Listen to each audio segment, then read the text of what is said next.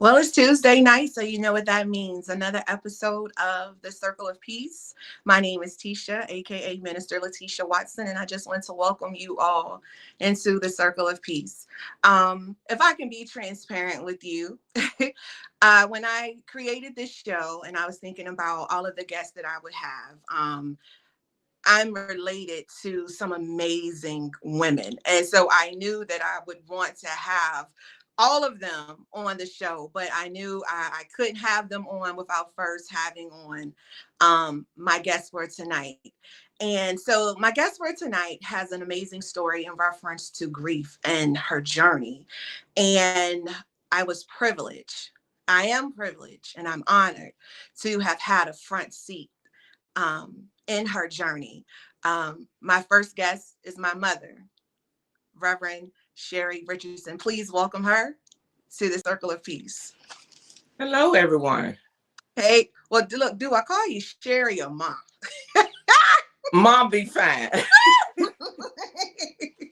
So, so as I was introducing you, I said that, basically I knew that I wanted to have you on because you have an amazing testimony to share in reference to your journey with grief. Mm-hmm. And I said that I wanted to be transparent, but the part that I wanted to be transparent about is that I knew I wanted to have you on. Okay. I was clear about that. And okay. I knew that I wanted you to tell your story. But there's a part of your journey that we discussed last night that in 10 years, we have never actually talked about this particular subject. Mm-hmm. And so I have been crying for days.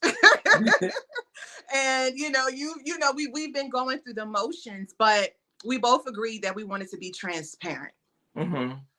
So I want to thank you first for your transparency and for even being willing to tell your story. You're welcome. All right. So tonight we're talking about grief. So I did do a little little research, and I wanted to give an appropriate definition of what grief is. And I actually had to go to two different sites to kind of combine what they're saying in reference to grief. So AmericanPsychological.org and the Mayo Clinic defines grief as a strong and sometimes overwhelming emotion for people. It's an anguished experience after significant loss, usually caused by the death of a beloved person. Grief can also be experienced due to the ending of a relationship, loss of a job, etc. So, Mom, if you will, can you please tell us a bit about yourself, your origin story? Sure. I am first mom. Right. And then a wife. Okay. And I am presently one of the associate ministers at First United Baptist Church under the leadership of Pastor William Ruffin. I have 3 kids. Yourself, Reverend Letitia, Nashonda, and TJ. Mm-hmm. Some people don't realize that Nashonda and TJ are twins. Right. So I just want to throw that out. And the grandmother of one. I have a magnificent, awesome husband who is also in the ministry as well. That is Reverend Gilbert Richardson. So I found him and we've been married for 26 years. All right. 26 this coming year, 23. Right. We just celebrated a 25th anniversary. Right. He is my heart. The road that we have traveled during the sickness of our son, he has been with me every step of the way. Along with this, we had a cleaning business. So I not only had a full-time job, I'm currently office manager for an OBGYN practice. So not only did I have that full-time, we also had our cleaning job going through all of this as well. Never missed a beat with anything. As I explained to you on yesterday, that when I accepted my initial call to the Wait, ministry. Mom. We're going Oh, too far. We're going too far. We're going too far. okay. All right. She gonna get it all to you. She ready, y'all. So, so, where are you from? Where are you from? I'm from Newport News, Virginia, born and raised. Newport News, Virginia, born and raised. All right. Yes. So, my first question for you is: how old were you when you experienced grief for the first time due to the loss of a loved one? I want to say the first time was when I was 18. I experienced the loss of my father, Diggin Willie McMillan. He had a major heart attack.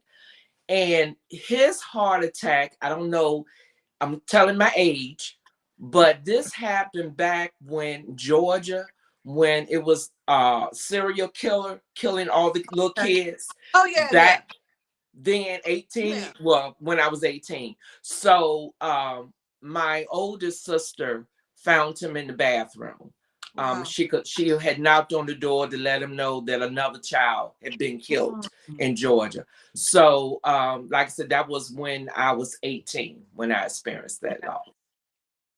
So the death of your father at 18, like, just thinking about that age wise, like you're a baby still when you're looking at it, like how did you take the news? How did that loss affect you? It hurt. It really hurt. Because the thing about it, my father has always been that male figure. Hmm. I never knew anybody on the outside of him because he's always been that male figure. I mean, you look at a man who had raised 4 girls. Hmm. We had no brothers. Yeah. So I was constantly, I want to say the tomboyish, I guess. Yeah. When my dad had to go out to fix the cars or stuff like that, I was with him. I Hmm. didn't do look. We fought trying to cut the grass because nobody wanted to cut the front because we didn't Right. want to be seen. But we had to do boy things. Yeah. Um, Yeah. but when my dad died, it really hurt. It hurt a lot because that was the head Right. of our family. And Right. our circle kind of revolved around him, Hmm. my mom, and my sisters. Yeah. So it hurt. It hurt. It hurt. Um, Yeah. it is not something I don't remember much of Right. because I was 18. Yeah. A lot of things we didn't do. My mother and her siblings and my dad's people handle a lot of the arrangements and Okay. things themselves because I was just graduated from high Right. school, first year of college. Yeah. So then, Right. Do you think at 18, if you can remember back, do you feel like at 18 you actually had like everything that you needed to fully like process his death and like work through those emotions? I want to say no. Because I mean, back then you just dealt with it. Yeah. I mean, because they're really, I mean, you didn't think about going to talk to anybody. Right. You just dealt with it within your family. Right. That's how I dealt with. I dealt Yeah. with it within Yeah. my family. Yeah.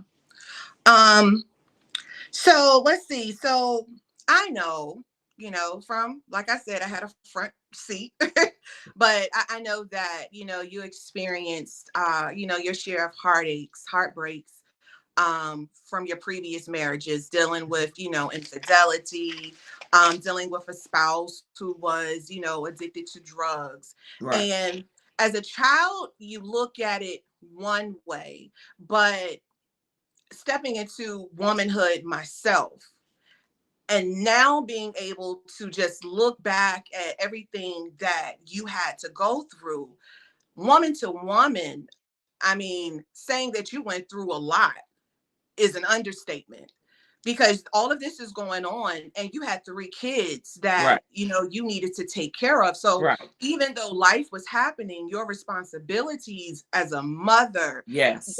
they still continued, and we depended on you for everything, because for that period of time you were a single mom. Mm-hmm.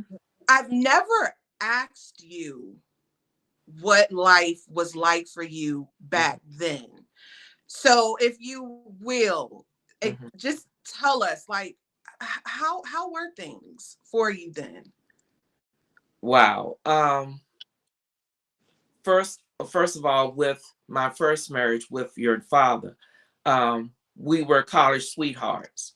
Mhm. Um, we were both young, didn't Yeah. know what to expect, didn't know how to deal with life, period. Things happened, we went our separate ways.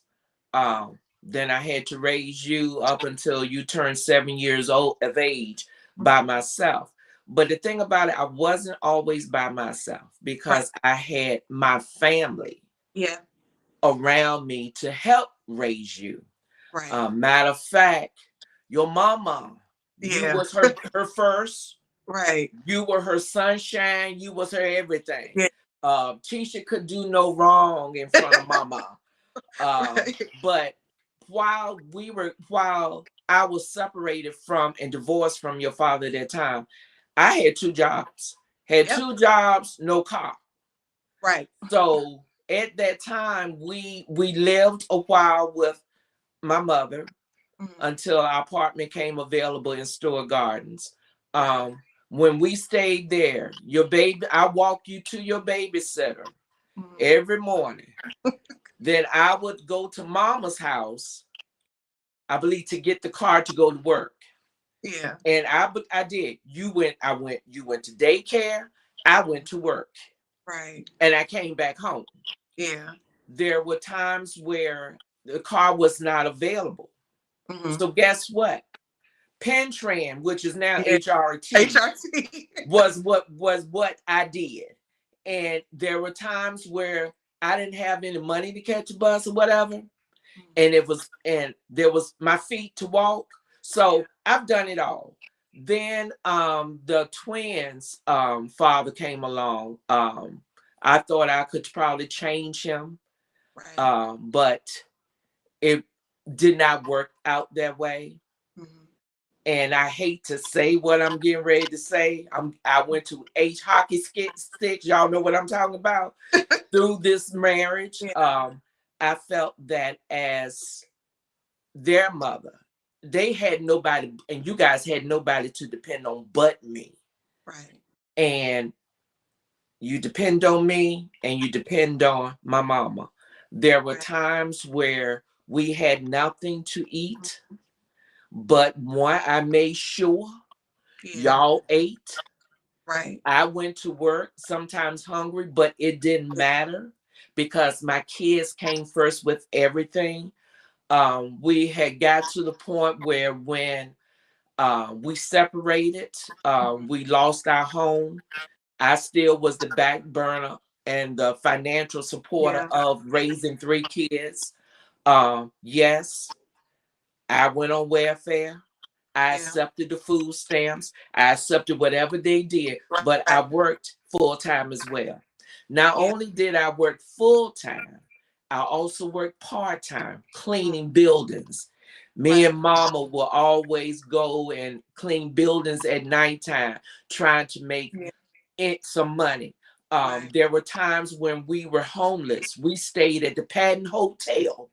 I Yeah. don't know if they know about the Patton on Yeah. Jefferson Avenue, Right. but I was scared.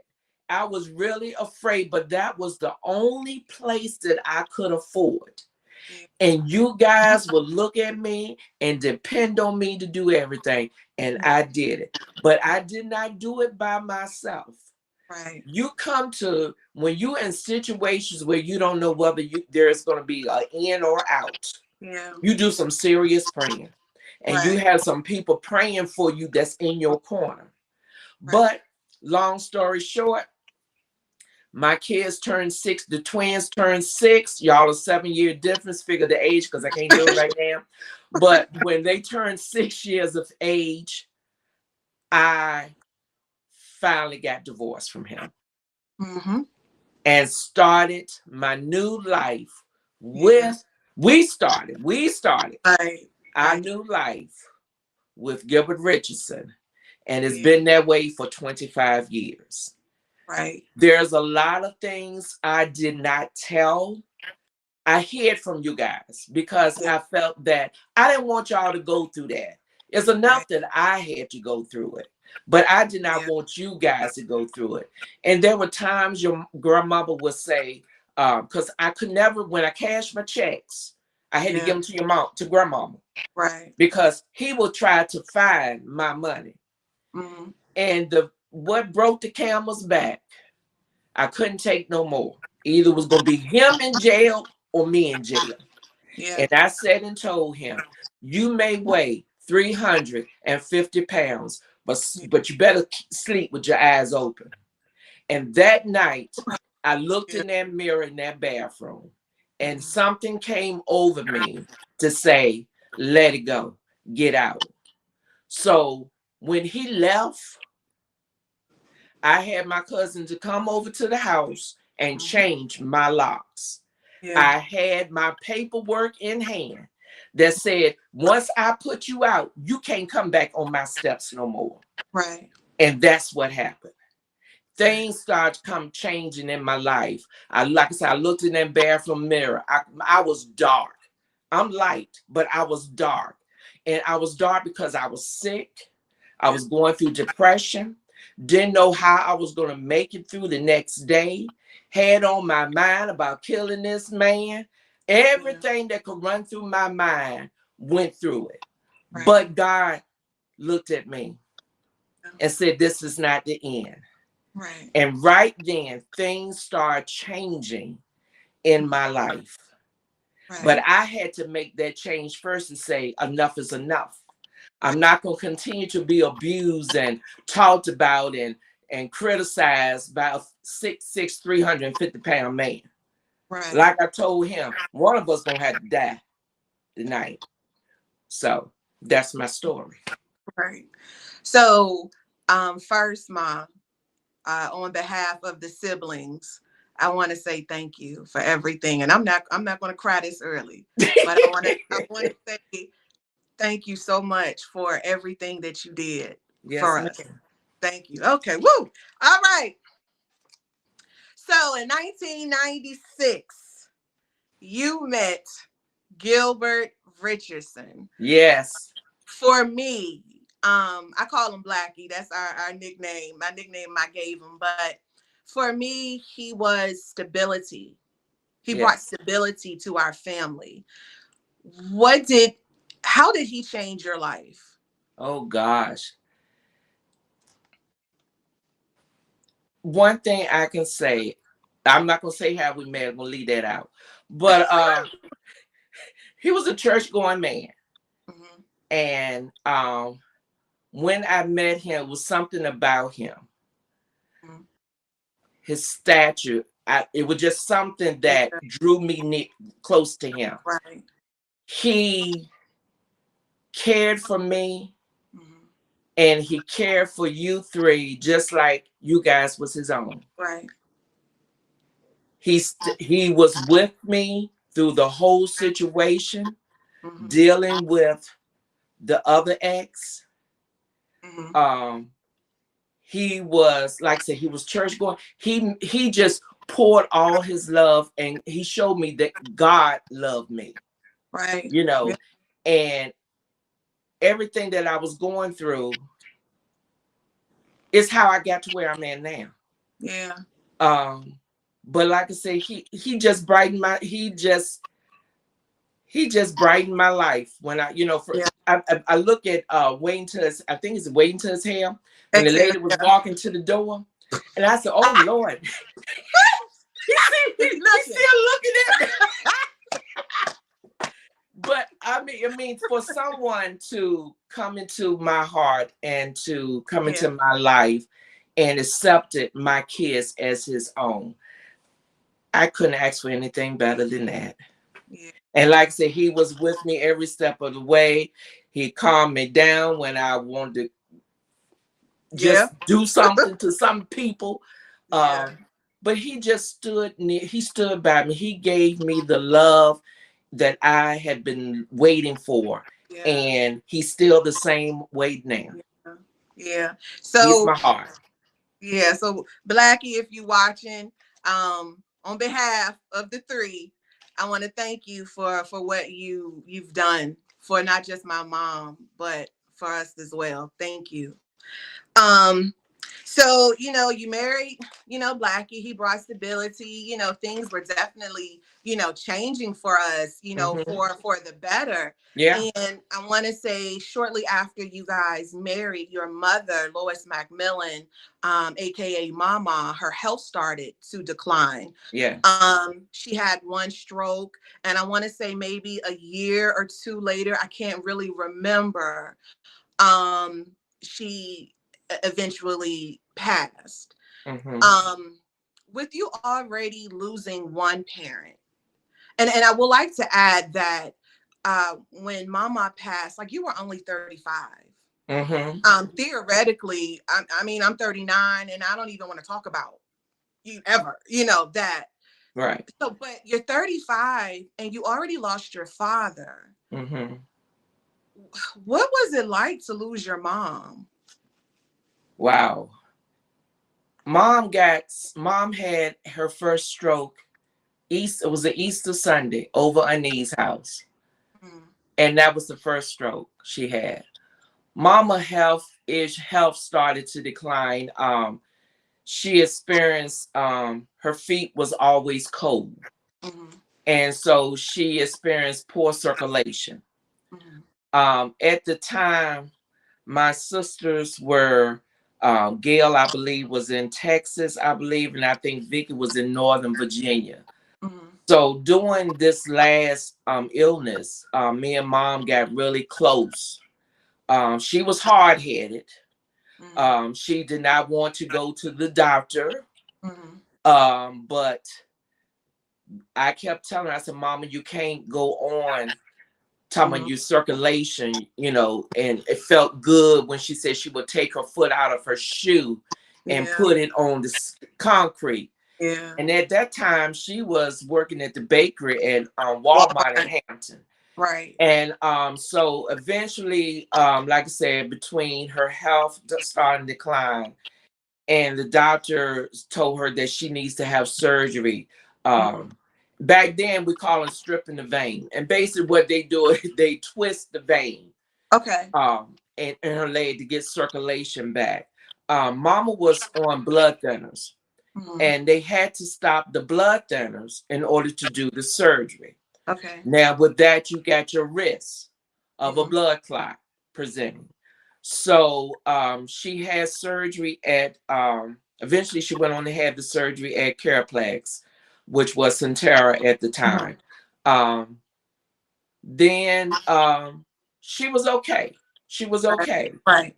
And then she did a turnabout, Mhm.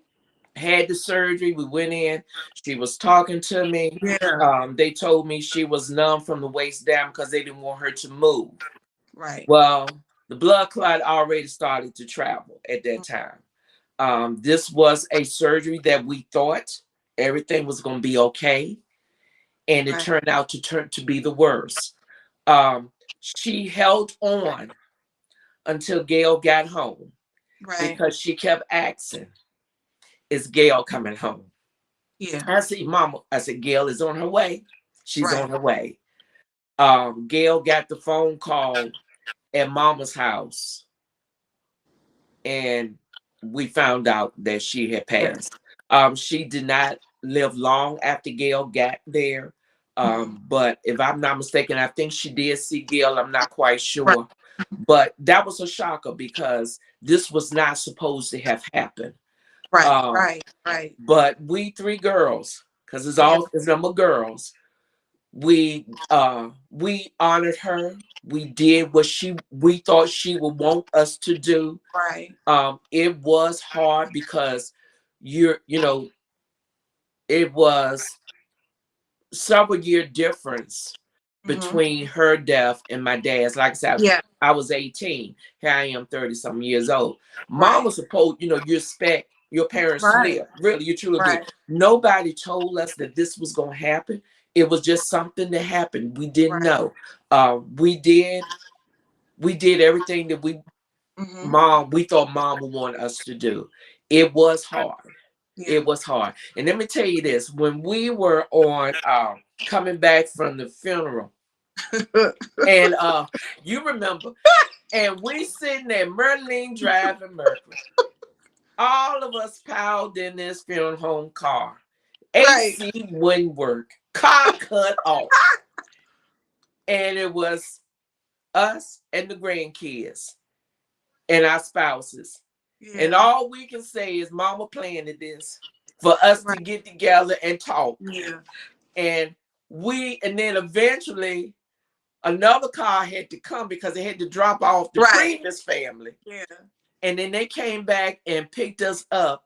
And Yeah. you should have seen us getting out of the funeral home car on Mercury Right. Boulevard to get into Mercury. another one. Right. But we laughed about that and we said this was nobody but mama's doing right here. You forgot to add that I had got in trouble because I was actually sitting beside the window because I had the window cracked. And I got in trouble because when the cars were pulling, stopping at the stoplight, I lied and said we were part of Janet Jackson's crew because Janet Jackson was in town.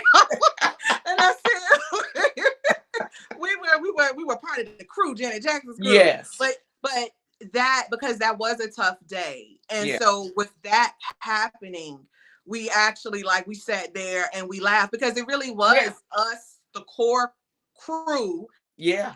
With Uncle Ralph. Uncle Ralph was in the front seat. Yeah. Our mom's brother. So it was us, and we had that laugh. We needed that laugh. We needed that. Yeah. We needed that laugh. Yeah. Losing your father at 18, did it soften the blow of losing your mom at all, or was it like a different type of grief or feeling? Put it this way. I felt when your mom passed, I mean, that's like your life right there. Yeah. Because dad was okay. Dad was dead. Right. Mom was mom. Mm-hmm. Mom disciplined us. Yeah. Mom, I mean, it was just totally different. Right. It's a difference. Right. It's a difference. Right. What did you do to process losing your mom? What kind of support did you have? Well, I had the support of my husband. Mm-hmm. I had the support of my family. Mm-hmm. But most of all, I had the support of God. And let me tell you one thing about it. I am a very private person when it comes to that part. Right. I had people I could talk to, yes. Right. But I like to, I kept it to myself a lot. Right. I could be going down the street or something, and I hear a song that she sung or what have you, and it brings tears to my eyes, it's things that happen in my life that I'm proud of. I don't talk to a lot of people with. Right. I just keep it to myself. And some may say that's not good. But everybody know what everybody can deal with. Yeah. And to me, that's how I did it. But we kept, like I said, we'll number us girls. Yeah. We got together. We celebrate birthdays, her birthday stuff. We used to still do. We still do. And it was and it hurt because that person was missing. Right. But the thing about it, that was something we had to get. We're never going to get over it. But we just learn how to accept it and to, I want to say, kind of deal with it so much that it's okay. It's okay. Even after these many years, it's still okay to mourn or, to cry. It's still okay. I'm not going to say I'm never going to, because that's not going to happen. But it's okay. But to know that they're okay. Yeah. You're not in any pain anymore, because after her, before she had that last stroke, my sisters, like I said, they're military, what have you. So I saw a lot that mom dealt with. Right. And by her dealing with stuff, I had to deal with it too, because my thing is I was trying not to let her handle a lot of stuff. Right. I had to be strong, not only for my mom, but I had to be strong for you kids as well. Mm-hmm. Because, like I said, there's a lot of things that my mom went through Yeah. that we kept to ourselves. Mm-hmm. And I shared some things with my sisters, some things they didn't even know about. Mm-hmm. And it was okay that they didn't know about it, because don't tell them what they would have done if they found out about it. Right. So, but Okay. everything's well. All right. So I'm going to ask you to take a deep breath Okay. in and out. Ready? Yes, ma'am. All right. So, um, life moves on. You know, after my mom passed away, we were able to move forward because that's what happens. Yes. Life moves forward, you know. And so, you know, us kids, you know, we're getting older, you know, and when we move out, we graduate, we move out. So how did it feel like these three that were totally dependent upon you are now at an age where they're off on their own and kind of sort of can depend on ourselves? Because I still call you now, but Well, put it this way. Two of y'all could have moved out, which y'all did. My boy couldn't go nowhere. Shonda, you watching But this? I had to let him go. Yeah. Come telling me that you have went off to college, you have gotten married. Shonda went off and moved out, and so it was him Right. left. TJ was left, Yeah. and she said, "Excuse me," Right. and like I said, everybody else could go, but he couldn't go nowhere. Yeah. He was one to me like he was my boy. He Yeah. could not do anything wrong. Yep. When he told me he was being a list going into the military, I Mhm. cried.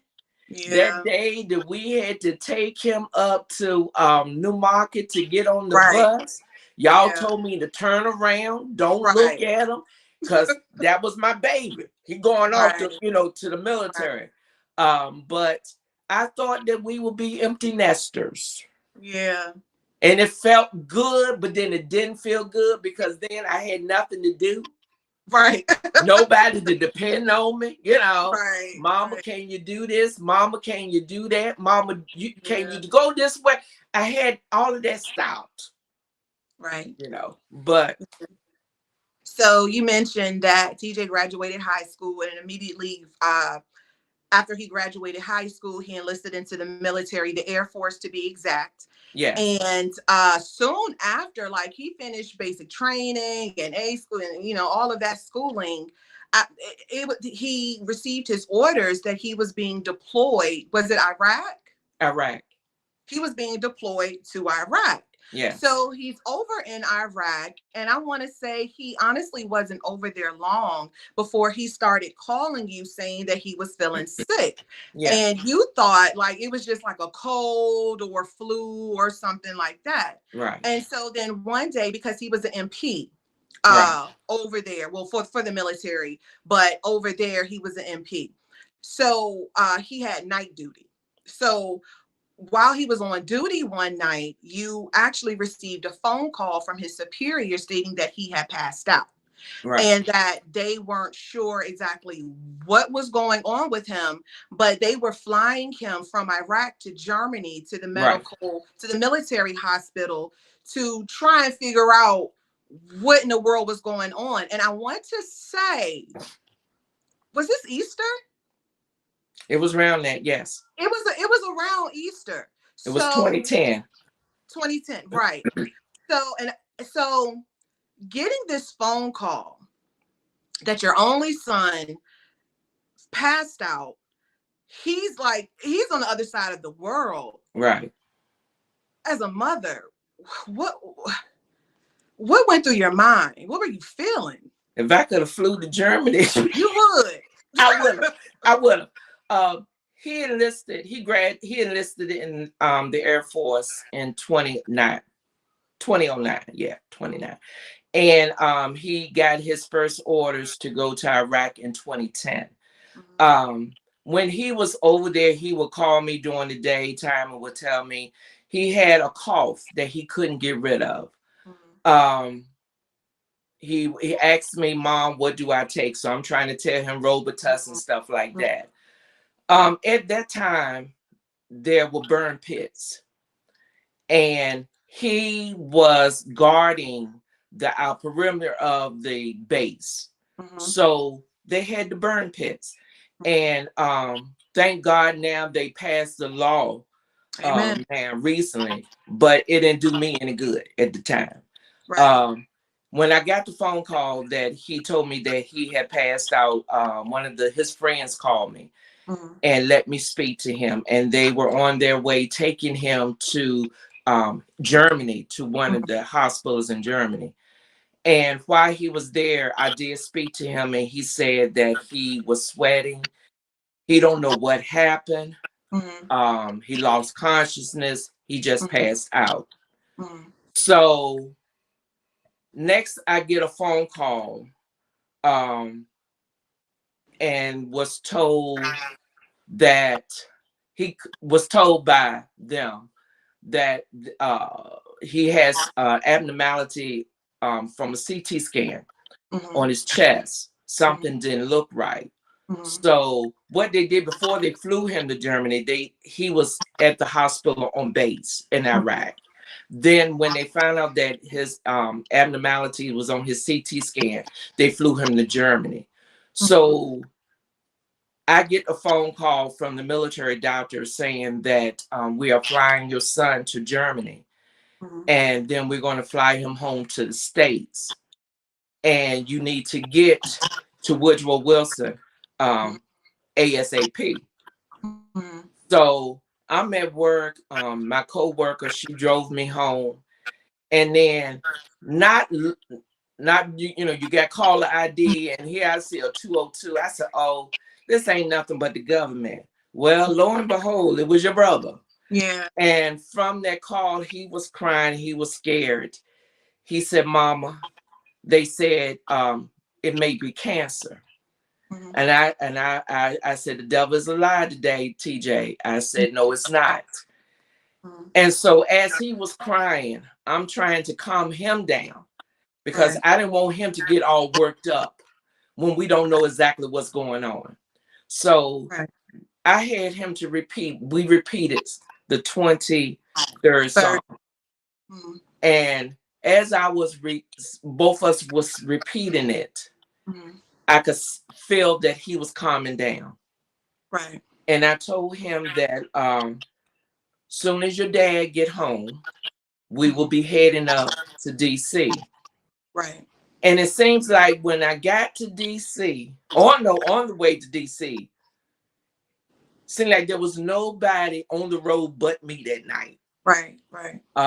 We immediately got to DC. My sisters, they were both in Northern Virginia, so they were there waiting for us. Right.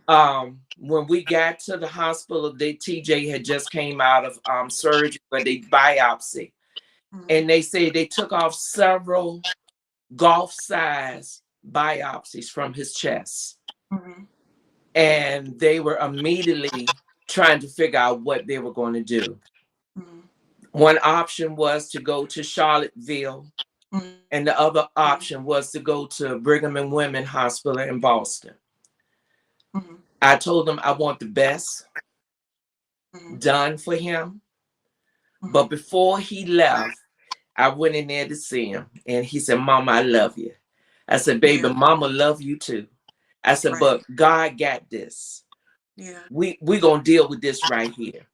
And he Right. said, okay, Mama, okay. So the next day, they immediately told us they were going to send him to Brigham and Women. Mhm. We immediately went back home to Newport News from DC.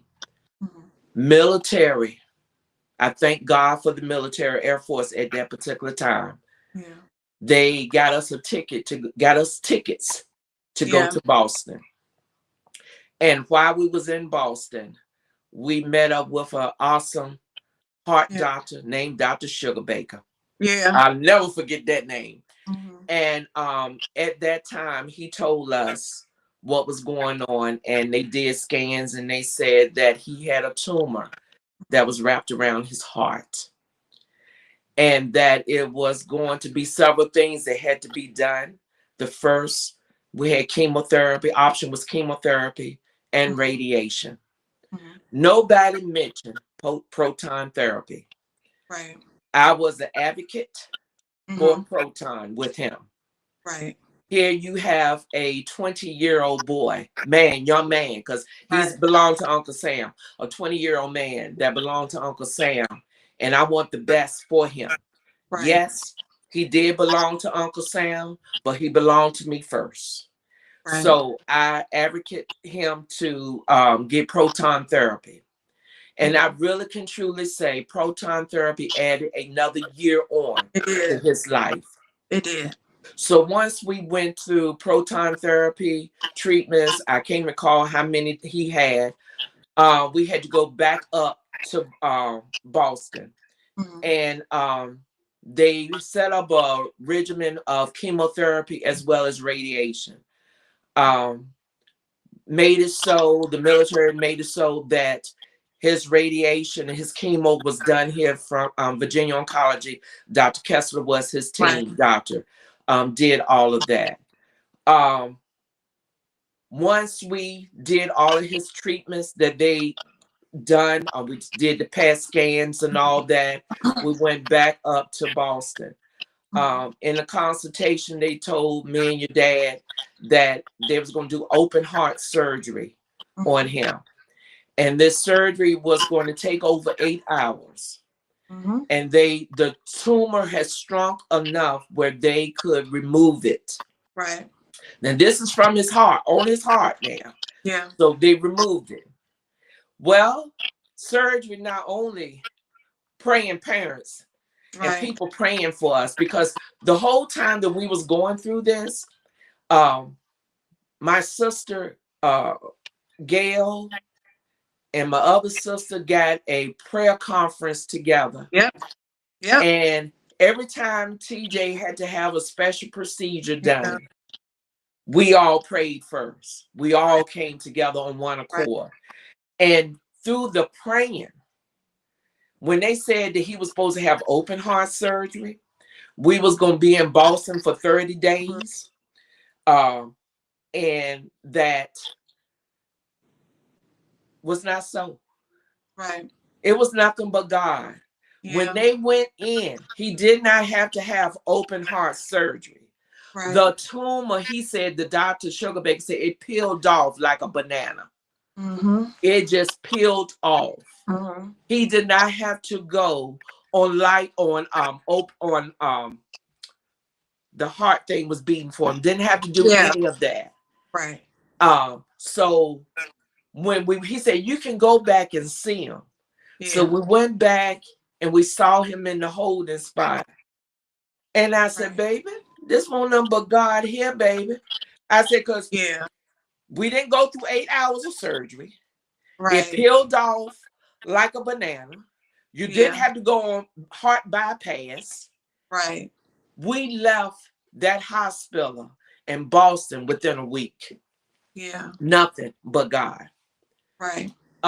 Eventually he did like he still had to do radiation. Yeah. Um, and I truly want to say proton therapy did give him a year. Let you Yeah. guys know straight up, we didn't have to pay for a dime. Right. He belonged to, by him belonging to the special forces, Yeah. Langley took care of everything. Right. Now, the tumor that he had is a very rare tumor, and it's Right. called synovial carcinoma. Mhm. And it's a soft tissue um, cancer that affect not a whole lot of people. He Right. was one of 200. Mhm. And it's said that sometimes it gets to it, they find it like on your knee or Yeah. your leg or something like this. Right. This was very odd. This tumor Yeah. was found on his heart, Right. was found on his heart. And through the chemotherapy and the radiation that he received, he did go into remission. Right. And he was in remission for about a year. Right. And he went back to active Right. duty. Right. and then part two. Right. So part two is, so I want to say TJ was probably back in active duty for about a year. Yes, And then he started, the cough had started back. So he goes back to the doctor, and then we were informed that the cancer was back, but not only was it back, but it was more aggressive than yes, what it was the first time. right, And this particular situation, it was so aggressive that TJ was actually given months yes, to live. right, As you said, we prayed, we fasted. I mean, at this point in time, you were actually in the process of getting your license to preach. that's correct. So when we talked last night, and you said that when you found out that he only had months to live, because you were still going to, your classes, you and Blackie still had the cleaning business, so you were still doing that. You still had a full-time job, but before you went to work, you would always stop at TJ's house first.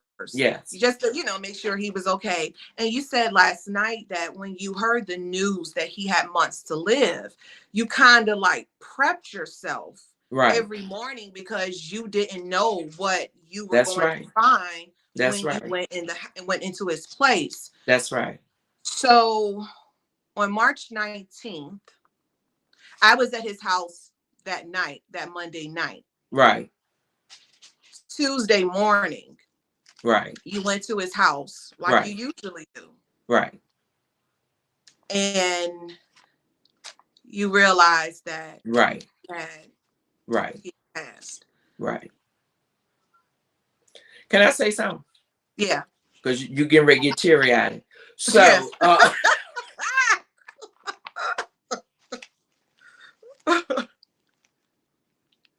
Oh, she froze. So hopefully she'll come back because there's more to the story. But you know what, we're probably going to have to have her on as a part two. I still have some time left, but while I'm waiting for her to come back on, oh, there you go. Okay, okay, go ahead. okay. Sorry. I don't know what happened. So, so when we went back and forth to Boston, and then when he found out the second time that it was aggressive, Mm-hmm. the doctor kept saying, Miss Richardson, we wanted to get in contact with you. We didn't know what had happened. And he did not want me to know how aggressive Mm-hmm. it had gotten. Right, right. He did not want me to know this. Yeah. And when I talked to the doctor, he said, we're going to do surgery on this particular day. Mm-hmm. All right, so it went out again, and you know what? I'm gonna say that's probably ain't nothing but the devil. You know that's how us church people do. Um, Why but they didn't send him okay, back to Boston. okay, But they didn't. One of the physicians at Woodrow Wilson did his surgery. Me and your daddy went immediately from work to the surgery because we found out that was going to be over 8 hours. It wasn't 8 hours. Yeah, it was 8 hours. It was more than mm-hmm, 8 hours. mm-hmm, We were the only ones in the waiting room left. mm-hmm, And when the doctor came out, I didn't like. I guess he a military. I didn't care too much for him. mm-hmm, He said that we've done all we could do. mm-hmm, They use cowhide to cover up, and there was mm-hmm, nothing they can do with that. He wasn't a mm-hmm, candidate for a heart transplant. There were several things he wasn't a candidate of. mm-hmm. And like I said, this was a military doctor, and I had to go with him because he was with Uncle Sam. But Right, part of me still was working yeah. to get him. So actually, so what my mom is trying to feel is trying to tell you that even though the military was telling her that she had to deal with a particular doctor, the military doctor, she being Sherry, and if you know her, Sherry don't care. Sherry got the final say about everything, and especially when it comes to her kids. Yeah. So you Yeah. actually had them send that you had the military taking orders from you, and you said, my son ain't going Yeah. to this doctor. This is Yeah. where he's going to. Yeah. I did. Because once he finished his care at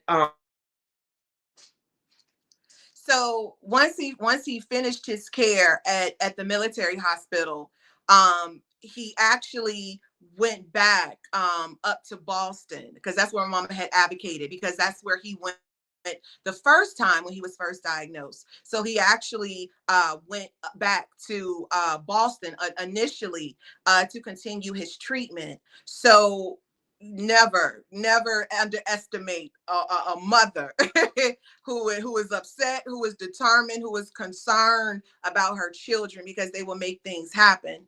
But as I stated before, after TJ received his diagnosis that the tumor was back and it was more aggressive than it was before, TJ, he was given months to live. And on March 19th of 2013, TJ actually passed. My mother, I was with him the night before, and he had an episode where his stitches had burst, and so he went and took a shower and whatnot, and he came back out. But there's more to it, because I was actually, when I was praying, I feel now was a selfish prayer: God, heal my brother, but heal him here. And because that's where I felt the healing was. And so when we talk about quality of life, yeah, we want you to live, but we want you to live your best life. We don't want you hurting and in pain and going through all of this other stuff. So I had the opportunity to actually see for myself what my brother had actually experienced. So I had this conversation with God. God, I get it, I see it now. So if you heal him, and even if that means that you heal him on the other side, I'm okay with that. So TJ comes out the shower, he's sitting down, and we're talking, and TJ actually says, Tisha, I see a bright light. And I'm thinking, oh, it's just, he just has a headache, or, something like that. But I now know that it was actually the presence, it was Jesus right. who had, entered, the room. But when I closed the door, I knew. And so the next morning, my mom goes, I didn't tell her what happened. So the next morning, she goes like she normally does to see how he was doing. And then that's when you discovered his body. Right. And so my question to you is this. I have a couple of questions, but we're short on time. So my first question is, as a mother, we know that we prepare ourselves as parents, older siblings, how the math goes. We go first, you bury me, not the other way Right. around. Right. How do you process burying your child as a mother? It was hard to process. It really was. And through the whole journey, I kept a journal. Yeah. And like I mentioned to you last night, all of my journals were prayers. Mm-hmm. And that helped me to to do this process. Like I told you last night, Philippians 4:13, I can do all things through Christ who strengthens me. And that's where my strength lies. Not Right. only my strength, but my faith as well. But I knew that Right. he could not continue to stay in the condition that he was in. The weight Right. loss. I mean, it was just when you see your child healthy, then all of a sudden you're looking at less than 100-pound person, you know, Right. and that hurt because, like I said, if you would have told me that night what Right. he Right. said, I would have known that he Yeah. was preparing himself. But he was a warrior. He had Mhm. on a tattoo on his chest called Live Live Strong. strong. He made sure that when he had his open heart surgery, they did not mess up that tattoo Right. or anything. But like I said, I had to prepare myself because I knew my son could not last like this. Right. And yes, I had moments where I did cry. I cried by myself because, like I said, I kept it to myself. Right. But I knew that what he wanted, I had to do for him. Right. So, and he was kind of preparing me Right. when he was going through the stages of Yeah. cancer. He was preparing me because Right. he was a warrior through the whole entire thing. Right. And like I said, when I found out that when I went to his door, I always prepared myself and I said, Lord, please don't let me find something I don't want to find out. Right. That morning, he was sitting up on his sofa Yeah. and I called his name. Mhm. He didn't respond. Right. I immediately went to the bathroom.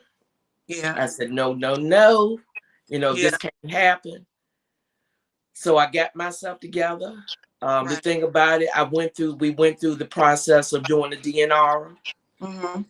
So we had his affairs already in order. And I was trying to be Mm-hmm. brave for him, but be brave for myself as well, because I knew this was my Right. baby. I was never going to Right. see him get Right. married. He was Mm-hmm. never going to walk down the aisle. Mm-hmm. But I know in my heart, Right. he's still with me. Right. There are days, like I said, by him being a twin, I Yeah. hated it. Shonda would say, Mama, how do you deal with it? Yeah. And I said, baby girl, I'm still dealing with it. I take one Right. step at a time. One I step. look at the memories that I had with this. I mean, he was crazy. I had the Yeah. memories that I had with him, and that brings me joy. Right. It brings me joy when I went through my initial sermon and he was there with me the whole Right. entire time, didn't miss a beat. He was there. Yeah. God was there. My Right. family was there. Right. And I went through that process where I had to get things done. Mm-hmm. I felt that if I had waited a couple of days or waited a little bit longer, I don't think I could have dealt with it. Right. So by me being me, Yeah. everything got to be on point, and you girls know that as Right. well. Right. I had to do what I had to do, Right. and we got it done. There were Right. people in my corner Mm-hmm. that was with me when I went to Langley that took me around everywhere I had to go, Right. that helped me through the process as well. Mm-hmm. Um, we did what he wanted us to do, his wishes. Um, and like I said, for the first couple of years, it was hard. Right. It was hard. I finally broke down. Yeah. You guys gave me not an app, but a frame. Right. And I think it said the best mom or something that Yeah. was on. And the picture that was in it was when I had my initial sermon and you guys were surrounding me. Right. Right. And that was something you said Yeah. that he wanted you to have Right. if anything would happen to him. Right. You presented it to me. Right. We moved. I made sure I packed that box. I Right. did not want anything to happen to that picture frame. Yeah. I went to unpack the box, and it broke my heart Yeah. that my picture frame was broken. That was the time Yeah. that I had with him. Right. I cried. Your daddy came out the room and he just looked and he said, his voice, he said, what's wrong with you? That's all he said. Yeah. My baby gave me a picture Right. that broke. Right. And y'all did one thing. Y'all went and repaired. Yeah. Y'all gave me a globe this Yeah. time that I Right. could shake Yeah. that still had the picture in it. Right. Right. And I broke that one. So Yeah. now I have the picture without and the globe without the globe. A broken globe. A broken globe because I Right. refuse to get that picture frame again. Yeah. But it sits that stuff sits on a table that I have dedicated to him, Right. which has uh, a Christmas ornament that says Air Force. It Right. has a bear that Yeah. one of his friends gave me in a flower. Right. It Right. has an angel on Right. that table, Right. which represents my angel. Right. I have a Christmas angel that goes on the tree that Yeah. represents him. Right. I also drive around in I got a lot of angels. I Yeah. also drive around in the car with his picture Right. on my sun visor. Right. My angel is with me Right. 24/7. Right. I miss him dearly, especially when holidays. Yeah. Like I said, he shares a birthday with his sister. I miss him dearly. But I know that one day You'll see I'm him going again. to see him. Right. Right. So as he was preparing me, Right. I was prepared. God was preparing me as well. Right. When we went to the funeral home to view to make sure everything was okay for you guys, and his dad, I heard his dad crying. I turned around and looked. I ain't never Right. seen this man cry. Never. Never. Never. He brought home. Yeah. I said, Gilbert, what's wrong with you? He Right. said, here I am calling myself supposed to help you, comforting You you, and you right. comforting me. Comforted me. Right. But we made it through. We made Right. it through. And like I said, he will always, he may be gone, but I know where he's at Physically. because like Right. when we did his funeral, one of the when we was marching in and I'm sitting there saying, and when they asked anybody want to do acknowledgments, I don't know Yeah. what possessed me to get up there, but I Yeah. did all right.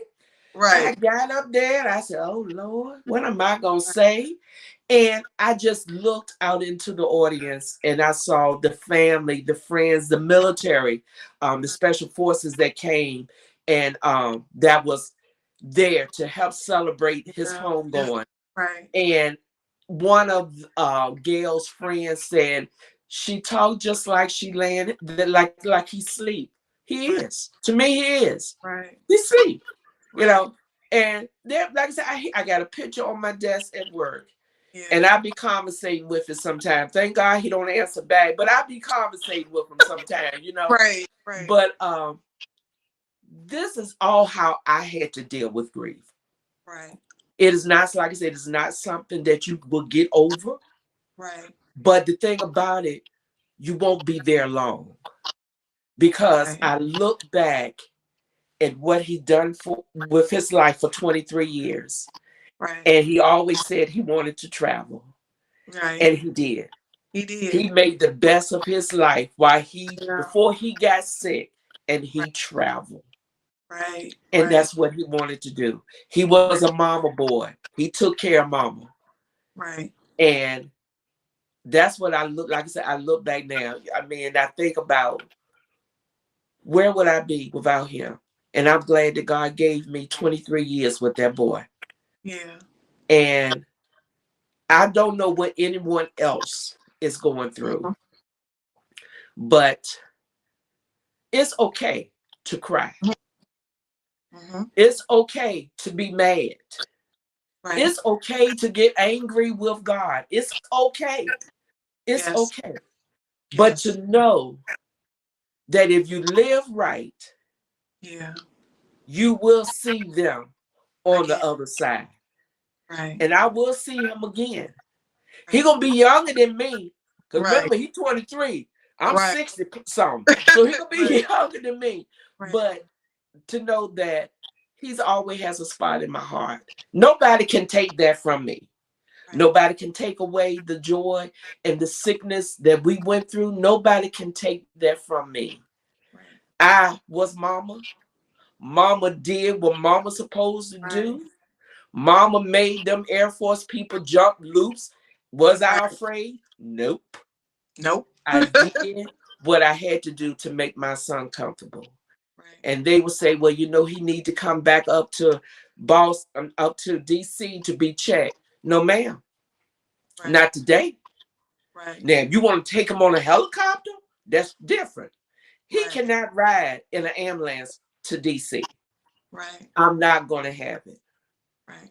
And praise God, I had God on my side, because there was people working in that Air Force that said, this is a crazy woman, better do what she supposed to do. Right. So that's my So, story. Ma, I would Yes, ma'am. like to thank you You are.